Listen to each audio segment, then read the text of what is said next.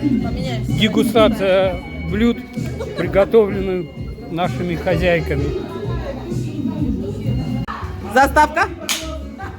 Итак, ребята, грибной сезон 2023 сегодня, 25 ноября, по версии грибной банды Калининграда, мы считаем закрытым.